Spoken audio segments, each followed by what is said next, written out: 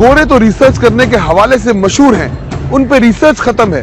कई बैनुल-अक़वामी जरीदों और इदारियों में गोरों ने डिक्लेयर कर दिया है पाकिस्तान की तीसरी बड़ी सनत। और उस सनत की खूबी क्या है? उस सनत की खूबी है कि कोई इन्वेस्टमेंट नहीं है, प्रॉफिट दबा के है, और तुर्रा ये कि टैक्स भी नहीं लगेगा। जी हाँ, ऐसी जबरदस्त सनत कहां मिलेगी? इसलिए तो पाकिस्तान की तीसरी बड़ी सनत है। हो सकता है पहली बड़ी सनत हो जाए। आज इस सनत के बारे में आपको जगाना है, क्योंकि मेरा काम है जगाना, और मैं जगाऊंगा। इस तीसरी सनत के बखिए उधेड़ डालूंगा, इन कबूतरों की तरह जैसे ये छट गए। जागिए दोस्तों, एक बड़ी पते की बात बताऊं, गोरे ने हम पे इल्जाम लगा दिया। जी हाँ, ब्रेकिंग न्यूज। क्या आवाम भी जानती है इस बात को? चले देखते हैं आगे। अस्सलाम वालेकुम सर, ये बताएं पाकिस्तान की तीसरी बड़ी सनत कौन सी है? तीसरी सनत स्टील मिल है। अच्छा, ओके। भाईजान ये बताइए पाकिस्तान की तीसरी बड़ी सनत कौन सी है? पाकिस्तान की करप्शन। पाकिस्तान की तीसरी बड़ी सनत कौन सी है? सर अस्सलाम वालेकुम सर, ये बताइए पाकिस्तान की तीसरी बड़ी सनत कौन सी है? तीसरी बड़ी सनत क्या बताएं आपको? तीसरी बड़ी सनत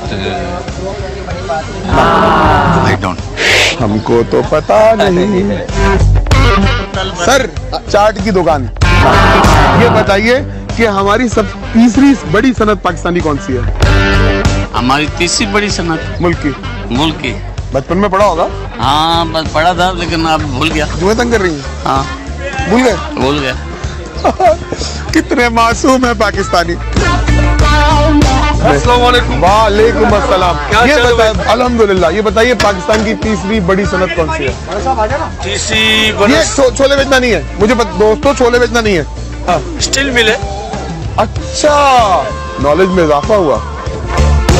आपका टेक्सटाइल की सनत से कुछ ताल्लुक लग रहा है। ये बताइए पाकिस्तान की तीसरी बड़ी सनत कौन सी?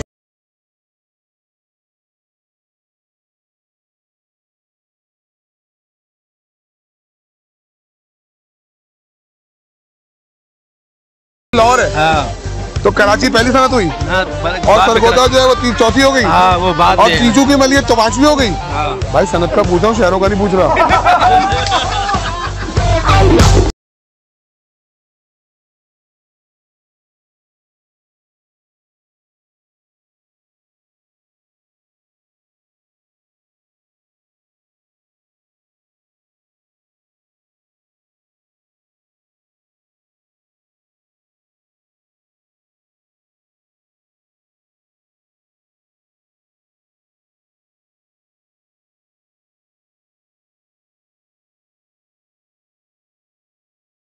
यार बड़े हैंडसम से आदमी आप, यार खूबसूरत इंसान है आप। आपसे खूबसूरत सी बात पूछनी है, बस इतना बता दें पाकिस्तान की तीसरी बड़ी सनत कौन सी है? हाँ? बनेगी अब। बनेगी? कौन सी? नाम बताएंगे, बनेगी फिर इसके बाद बताएंगे। हैंडसम पाकिस्तान मुस्लिम लीग, पाकिस्तान मुस्लिम लीग, और तो पीपल्स पार्टी वो सबसे बड़ी नहीं है। तहरीक इंसाफ खत्म होने वाली है, सारी सब खत्म हो जाएंगी। और कुछ नहीं? JUI नहीं। सियासी पार्टियां पाकिस्तान की बड़ी बड़ी सनतें हैं मेरे दोस्त। अस्सलाम वालेकुम सर, ये बताइए। नहीं टूटेगी, मैं इतना मोटा नहीं हूँ, पहले तो आप नहीं हूँ। ये बताइए पाकिस्तान की तीसरी बड़ी सनत कौन सी है? पाकिस्तान की तीसरी बड़ी सनत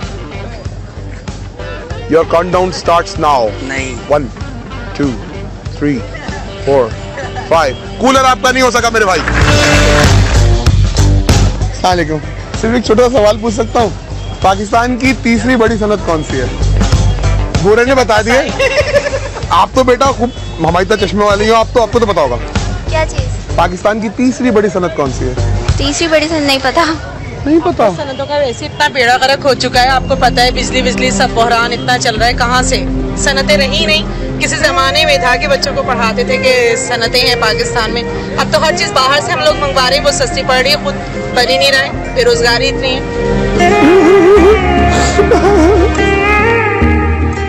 मगरिब की एक रिसर्च के मुताबिक पाकिस्तान की तीसरी बड़ी सनत गदागरी बन चुकी है।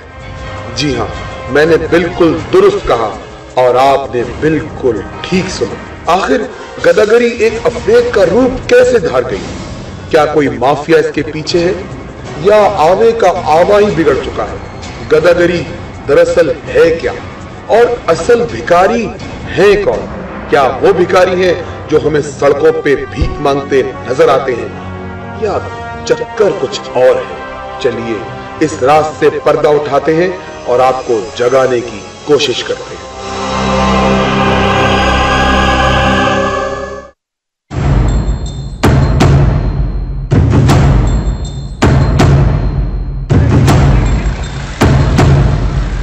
एक साहब है जिनको मैं जानता हूं, एनजीओ की, और वो जरा अंदर की बातें जानते हैं। जरा उनसे मिलते हैं और जानते हैं अंदर के राज।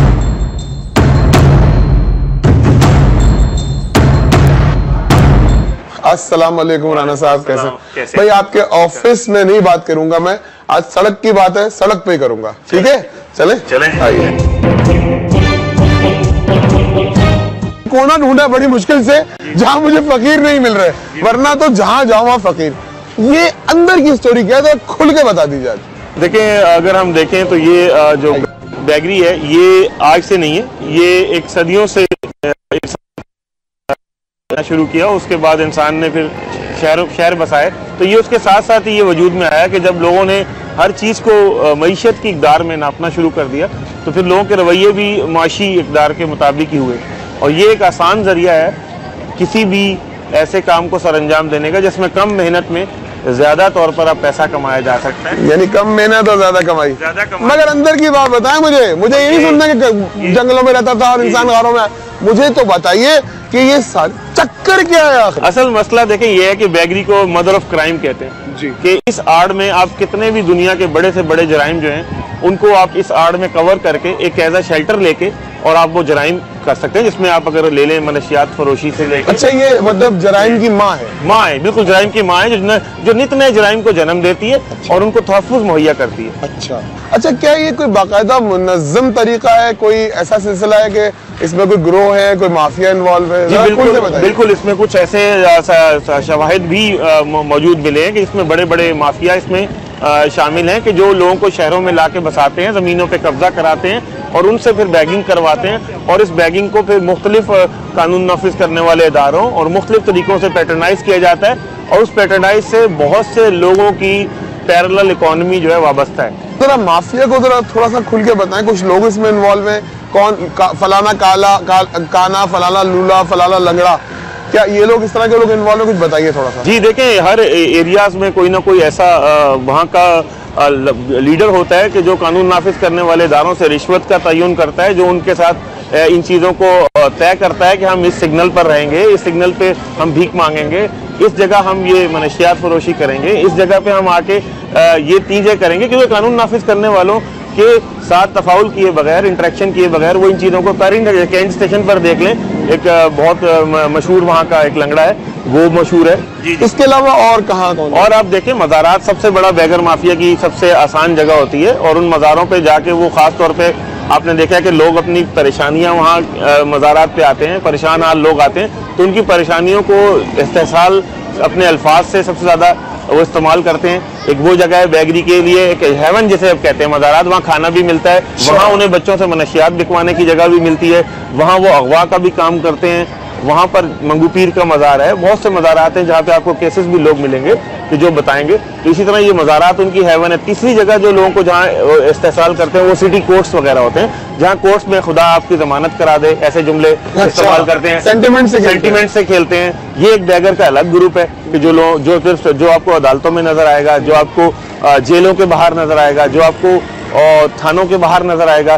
कि जहां इंसान मजबूर जाता है, उसकी मजबूरी से ये लोग भरपूर माइलेज लेते हैं, भरपूर फायदा उठाते हैं। खवातीन बैगर्स हमारे सिग्नलों पे नजर आती हैं, एक नकाब किया हुआ है। मैं सबको नहीं कहता, लेकिन उनमें से बेशतर हमें ऐसे शवाहिद मिले हैं। जब हमने रिसर्च की, तहकीक की, तो मालूम हुआ कि ये लोग इसे जो सुबह से शाम तक बैगरी करते हैं, उसके अलावा इन्हें ऐसे लोग मिल जाते हैं जिनसे ये कमर्शियल सेक्स वर्क के लिए ये खवातीन जो हैं एक जगह से दूसरी जगह भी जाती हैं, और इसी तरह बच्चे भी एक शहर से दूसरे शहर भी जाते हैं, इनको लोग ऐसे मिल जाते हैं। तो इसका मतलब बैगरी के अंदर रिस्क फैक्टर बढ़ जाता है। जहाँ रिस्क फैक्टर मौजूद है वहाँ बच्चों से चाइल्ड अब्यूज भी होगा, वहाँ खवातीन से भी सेक्सुअल अब्यूज होगा। ये बताइए कि इसमें प्रॉफिट मार्जिन क्या बहुत ज्यादा है, क्योंकि आप कह रहे हैं माफिया भी इसमें इन्वॉल्व है, एक माजूर कानून के रखवाले भी इनके साथ। माजूर इंसान जो है वो 1000 से 1500 रुपए एक भीख मांग लेता है। तो इसका मतलब है हमें सिग्नलों पे जो बहुत से बच्चे मुतअद्दिद चीजें या औरतें बेचती हुई नजर आती हैं कि आप हमसे पेन खरीद लें, ये खरीद लें, उनका अल्टीमेट मकसद क्या होता है? उनका इलास्टिक बेचने का मकसद नहीं होता, उनका मकसद होता है कि उन्हें भीख की मद में उनको पैसे अता किए जाएं, उनको पैसे भीख की मद में दिए जाएं। इसका सोल्यूशन क्या है? इसमें सबसे बड़ी जिम्मेदारी महकमा समाजी बहबूद पर आयद होती है कि जो और बैतुल माल पर। एक मिनट, महकमा समाजी बहबूद नाम की कोई चीज है हमारे मुल्क में? जी देखें, कागजों में सेक्रेटरी की सतह पर, मिनिस्टर की सतह पर हमारे यहाँ मौजूद है। अच्छा, मिनिस्टर है? जी, मिनिस्टर मौजूद है। बदकिस्मती से उन्होंने आज तक अपनी उन चीजों पर अमल नहीं किया जिनकी जिम्मेदारी है। मिसाल के तौर पे सिंध चिल्ड्रन एक्ट, एक हमारे पास 1955 का कानून है, उस पर अमल नहीं हुआ। कोई बड़े आदमी अगर छोटे से भीख मंगवा रहा है तो उसको अगर सजा दी जाए तो शायद आइंदा भीख ना मंगवाएं बड़े लोग छोटों से। उसके बाद आप देख लें कि महकमा समाजी बहबूद के पास बड़ी बड़ी बिल्डिंग्स मौजूद हैं, बड़े बड़े यूनिट मौजूद हैं, मगर बदकिस्मती से वहाँ बैगर आज तक पूरे पाकिस्तान में महकमा समाजी बहबूद के पास कोई बैगर्स रिहेबिलिटेशन सेंटर मौजूद नहीं है।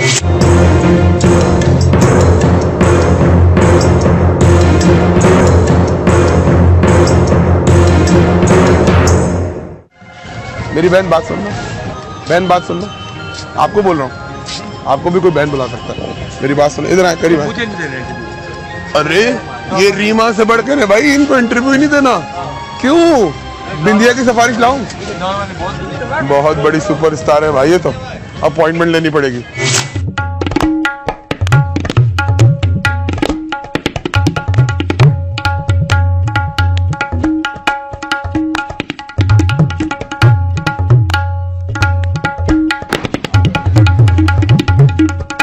मर्द हजरात मुझे लगता है वो भी ख्वाजा सरा के कपड़े पहन के मेकअप शेकअप करके कोई बाल शाल लगा के खड़े जाते हैं सड़कों पे। ये तो सबसे अच्छी बड़ी बात है। क्यों?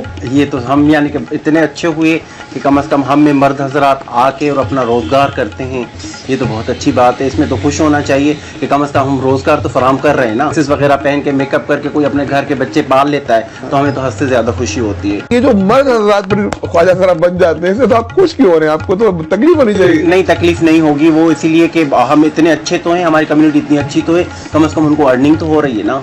हमारे पास आ रहे हैं, हमारे जैसे ड्रेस पहनते हैं, हमारे जैसा मेकअप करके वो अपने घर के बच्चे पाल लेते हैं, तो ये गवर्नमेंट को देखना चाहिए ना इनके बारे में। गवर्नमेंट को सोचना चाहिए इनके बारे में कि हम लोग जब तक इनको जॉब्स वगैरह नहीं देंगे, ये लोग हम में आके कमाते हैं, हमारे जैसे ड्रेस पहन के अगर वो भीख मांगते हैं, मुआशरे से मांगते हैं। देखो, मांगना अगर जुर्म है तो फिर तो गवर्नमेंट भी जुर्मदार है, गवर्नमेंट भी मांगती है।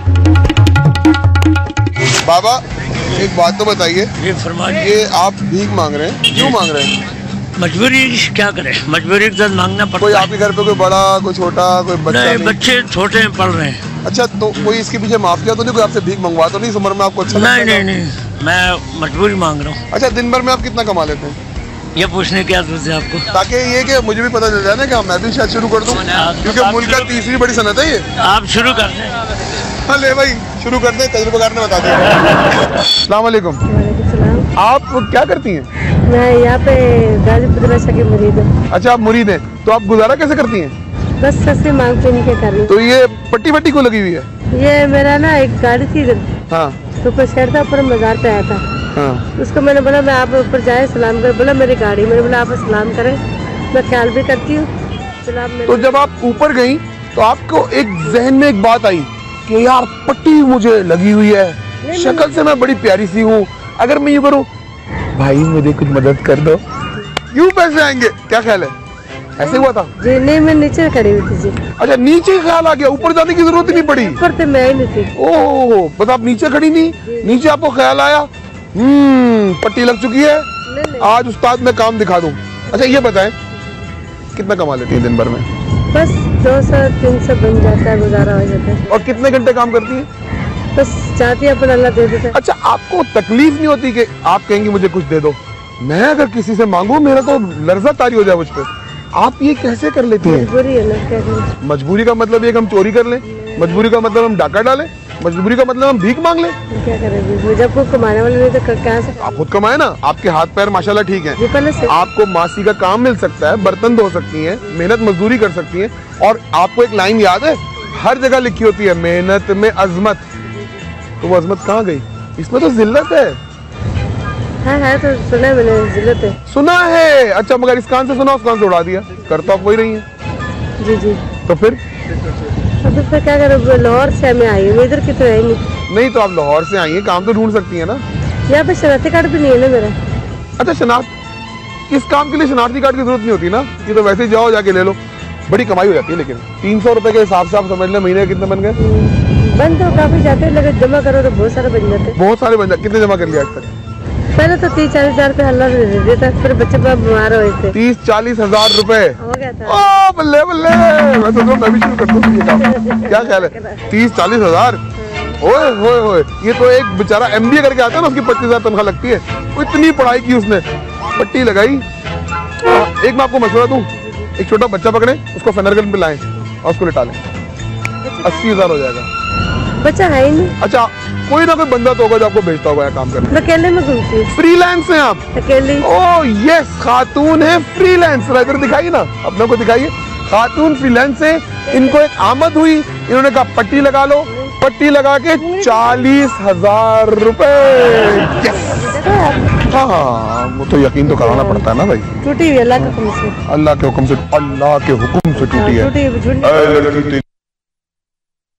बस अब तेरा रोज का आप क्या कह रही हैं? आप पढ़ी लिखी क्या कह रही थी? साथ पढ़ी थी, लेकिन माँ बाप ने शादी कर दी थी, फिर क्या कर दी थी। अच्छा, शादी कर दी तो शौहर कहाँ गया? शौहर अभी छोड़ दिया, मैंने तलाक ले ली। क्यों? क्योंकि आपको धंधे में तो अपना काम चाहिए ना, तो पैसे बांटने पड़ते हैं आपको। नहीं, पैसे का तो नहीं, रोटी तो मैंने एक ही दफा खानी होती। अच्छा, एक दफा रोटी खाती है, बाकी बचा लिए कल ही जात। हाँ, अल्लाह का शुक्र है। तो क्या घर वर बना रही है?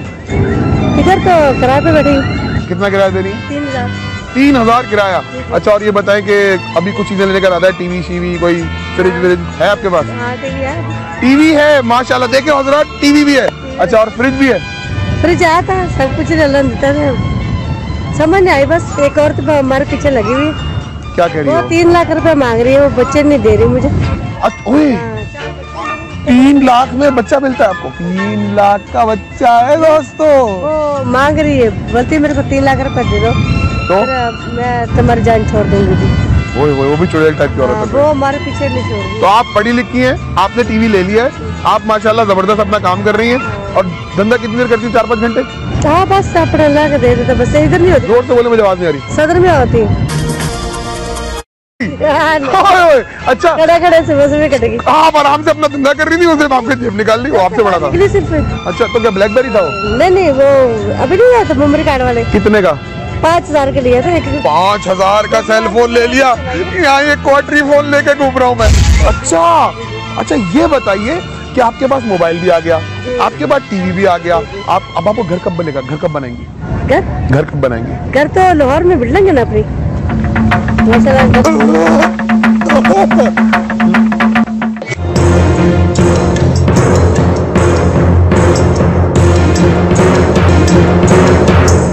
अरे भैया, मेकअप आर्टिस्ट कहाँ गए? कमरे में होंगे अपने शायद। भाई मेकअप आर्टिस्ट, इधर तो आओ। छोटे मियाँ, ये बताओ तो मुझे फकीर बना सकते हो? कपड़े वपड़े हैं फटे पुराने? पक्की बात है? चलो देखते हैं। कोट पहन लूं? नहीं।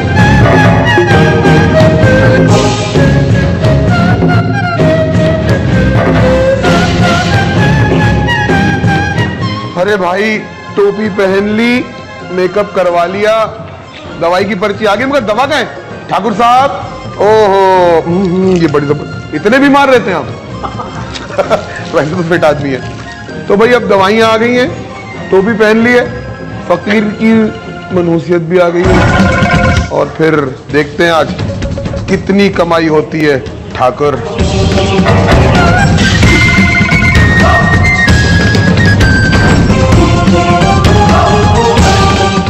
अरे भाई कैमरामैन, क्यों चिपके हो वहां? मेरे पीछे आओ।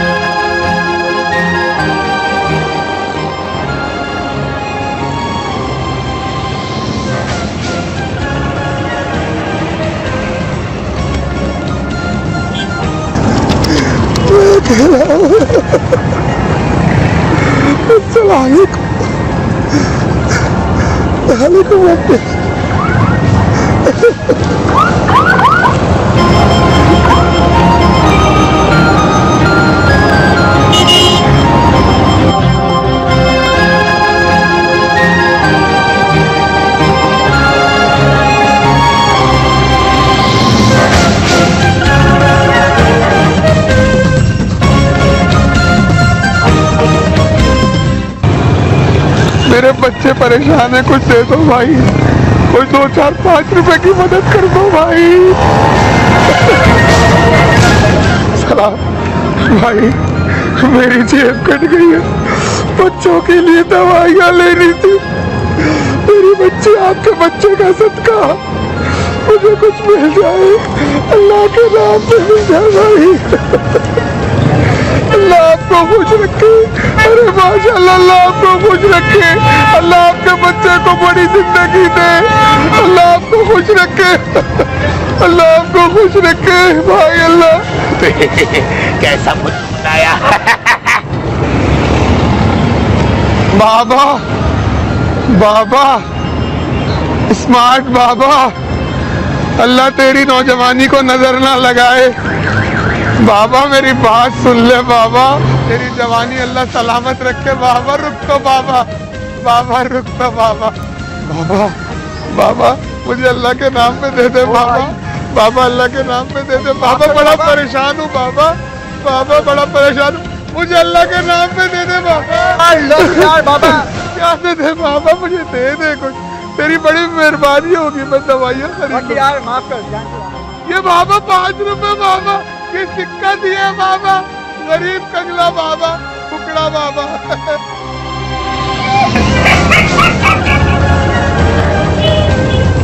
बाबा वो जिंदा है, नहीं बाबा, वो जिंदा है, नहीं बाबा, नहीं बाबा, नहीं बाबा, नहीं भैया, बॉडी में रो से भी कभी मत मांगना। बेटा, बेटा मेरी एक बात सुनो, मैं बहुत परेशान हूँ, पीछे सेंट्रल अस्पताल, मेरी बात सुनो, अल्लाह के नाम पे मेरी बात सुन लो।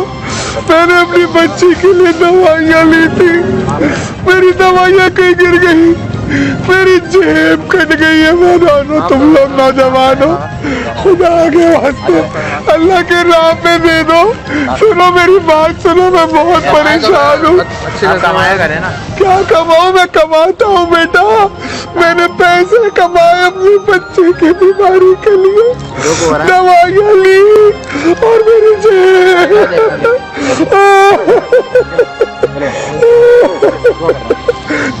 अल्लाह, अल्लाह तुम लोगों को खुश रखे, दुआ करूंगा बेटा, अल्लाह तुम सबको कामयाब करे।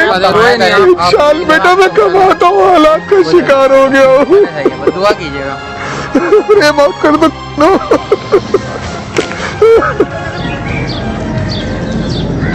बाबा अल्लाह के नाम पे दे दे बाबा। अब कर बाबा, कमाई कर, इतना अट्टा कट्टा होकर क्या कर रहा है? जरा देखें तो कितनी कमाई हुई है। ये है पैसे, देखते हैं भाई। भाई मैं असिस्टेंट कैमरामैन, जरा ये पकड़िएगा। 500 वो जो बच्चे वाला था, मोटरसाइकिल वाला, और क्या क्या है, 600, 700, 800, 900, 1000। 10 मिनट की एफर्ट और 1000 रुपए कमा लिए कासिम रजा ने। ओए होए, मैं तो कमाऊपूत हो गया। इसको अगर हम डिवाइड करें, 10 मिनट को तकरीबन हम 2 घंटे काम कर लें तो तकरीबन 10,000 डेली बन जाता है। और 10,000 डेली का मतलब ये हुआ कि 3 लाख रुपए महीना। ओ मेरे खुदा, ये तो बड़ी जबरदस्त कमाई है, मगर लानत है, मैं इस कमाई के लिए अपनी ईगो मार दूं, अपने नफ्स को खत्म कर दूं। अवाम को क्या सिखा रहा हूं? खुद कमाओ, खुद खाओ। जिल्लत की जिंदगी बहुत बुरी है और शेर की एक दिन की जिंदगी सबसे बेहतर। खुदा के लिए अब जाग जाओ, मैं जगा रहा हूं।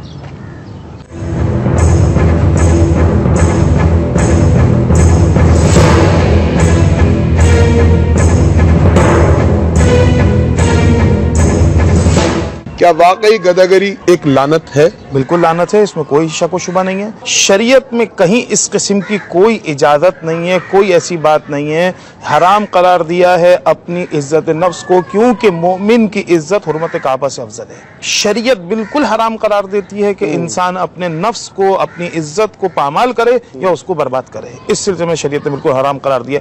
उस हवाले से देखें तो बिल्कुल ये हराम है, कोई जायज नहीं है ये जो है इस तरह गदागरी करना, इस तरह मांगना कि अपनी इज्जत नामूस को दाव पे लगाया जाए। अच्छा, लोग बद्दुआ से डरते हैं। अक्सर ये फकीर जो है वो ब्लैकमेल करते हैं कि हम आपको बद्दुआ देंगे। इस्लाम क्या कहता है कि ये बद्दुआ होती भी है या सिर्फ एक?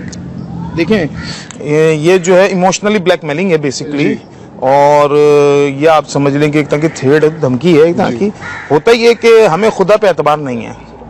हम ये समझते हैं कि जिसका हाथ कटा हुआ है उसका राइट है कि ये मांगे, या जिसकी टांग टूटी हुई है उसका राइट है कि ये मांगे। बेसिकली तो मुमलिकत का काम है कि मुमलिकत को करना चाहिए, मगर परवरदिगार क्योंकि आदिल है, वो जानता है कि ये मांगने वाला क्या कर रहा है। परवरदिगार तो ऐसा नहीं है कि बद्दुआओं के लिए बैठा होगा, जो बद्दुआ देगा धड़ से मंजूर करके कबूल करके दे दो। ऐसा नहीं है, खुदा के निज़ाम है, सिस्टम है, खुदा हर चीज को देखता है, खालिक के कायनात है वो। ये बताइए इस्लाम क्या कहता है इस गदागरी के बारे में? शरीयत मुतहरा में इस गदागरी की और इस तरह से मांगने की शदीद मुखालफत और मजम्मत की गई है। सही मुस्लिम और बुखारी की हदीस हैं जिनके मैं मफहूम को आपके सामने बयान करूंगा कि नबी करीम अलैहिस्सलाम ने इरशाद फरमाया कि जो लोगों से अपने माल को बढ़ाने के लिए सवाल करता है तो अल्लाह तबारक व तआला उसकी ज़िल्लत को बढ़ाएगा, और सिवाय इसके कि वो अंगारों का सवाल करता है, यानी वो आग तलब कर रहा है अपने लिए, और अल्लाह तबारक व तआला उसको उसकी कोई खैर अता नहीं फरमाता, बल्कि उसमें उसके लिए बुराई ही है।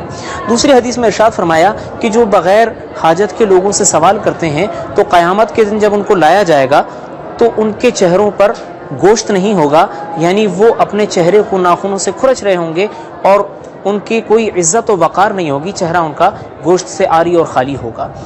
और एक हदीस में नबी करीम अलैहिस्सलाम ने, सही मुस्लिम की रिवायत है, इरशाद फरमाया कि सिवाय 3 लोगों के किसी और शख्स के लिए सवाल करना जायज़ नहीं है, और वो भी सिर्फ इतना कि वो अपनी ज़रूरत के लिए सवाल कर सकते हैं कि जिससे उनकी ज़रूरत पूरी हो जाए। एक इरशाद फरमाया, एक तो वो शख्स कि जिसका माल तबाह हो गया हो, किसी हादसे का शिकार होकर वो माली तौर पर बिल्कुल मुफलिस हो गया हो, हाँ बिल्कुल, तो उस सूरत में वो सिर्फ अपनी ज़रूरत के लिए सवाल कर सकता है कि उसकी ज़रूरत पूरी हो जाए। दूसरा वो शख्स कि जिस पर इतना कर्जा हो, कर्ज के बार तले दब गया हो और उसको कोई वसाइल मैसर ना आते हों, तो वो लोगों से सिर्फ अपनी ज़रूरत के मुताबिक सवाल कर सकता है। तीसरा जी, ताकि वो कर्ज अदा हो जाए। तीसरा वो शख्स के जो फ़क्र फाक़े की कैफियत में मुब्तला हो, तो वो अपनी ज़रूरत को पूरा करने के लिए, अपने उस वक्त के फाक़े को मिटाने के लिए, दूर करने के लिए वो अपनी ज़रूरत के मुताबिक सवाल कर सकता है।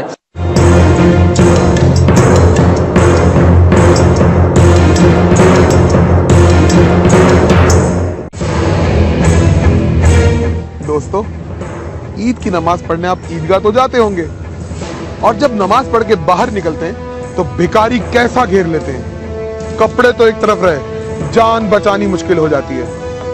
आपको कुछ भिखारी दिखाते हैं जो एक गोरे के पीछे लगे हैं, और उस बेचारे की भी जो गद बनी है वो आप देखिएगा। देखिए। ओके मिस्टर कैरी, प्लान बनाओ प्लान, इनको थोड़ा माल ठिकाना पड़ेगा। किस मुसीबत में फंसा दिया है बॉस ने, माय गॉड। बस मेरा ही ख्याल रखिएगा। छेती यार, तुम देख के चला करो मेरा दोस्त। 1 सेकेंड, देता है, सबको मिलेगा पैसा, देता है, वरना पंच करेगा, अब मनी थ्रो करेगा, जो चाहे कैच करे। ओके, स्पीक मिस्टर रहमान मौला। बस छोटी सी बुलेट प्रूफ गाड़ी लेनी है, जरा ख्याल रखिएगा।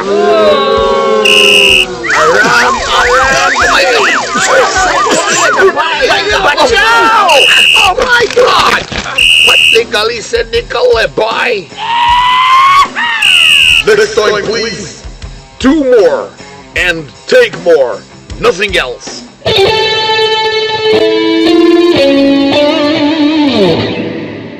खुदा की कसम काजी साहब, देख रहे हैं, लगता है हमारा डब्बा गोल हो रहा है यहाँ से। जी जी, लगता है अब कहीं और जाना पड़ेगा। ये है हमारे लीडर्स। अरे भाई सलाम उन लीडर्स को सलाम। मुल्कों घूमते हैं, करिया घूमते हैं, बैनुल अक़वामी इदारों के चक्कर लगाते हैं और चक्कर में रहते हैं कि भीख मिल जाए।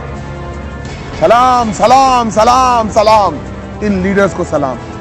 और बेचारा पाकिस्तानी, वो उस बच्चे की मानिंदा जो एक फकीरनी की गोद में होती है। वो बच्चा फेनरगन पिला के सुला दिया जाता है और उस बच्चे के नाम पे वो फकीरनी रकम बटोरती है, खूब माल बटोरती है।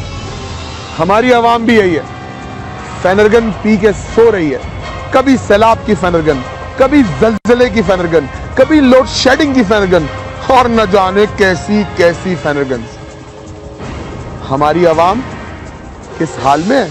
अरे भाई बड़े मस्त हाल में है। 150 रुपए हर साल एक पाकिस्तानी को मिलते हैं। रिपीट करूं, 150 रुपए, खतीर रकम तालीम और सेहत के नाम पे हुकूमत देती है। और रह गई हमारे बेचारे विफाकी वजीर और उनकी छोटी सी काबीना, 6 करोड़ रुपए। बेचारा गरीब वजीर।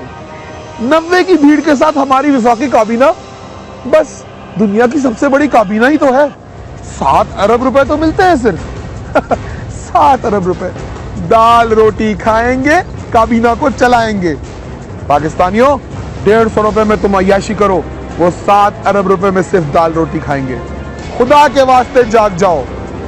मैं जगाऊंगा और मैं जगाता रहूंगा और उस वक्त तक जगाता रहूंगा जब तक तुम नहीं जागोगे। आज वादा करो, जब आज सोओगे तो सुबह उठोगे नहीं बल्कि जागोगे, क्योंकि जागना ही आपके बेहतर मुस्तकबिल की जमानत है। जाग जाओ।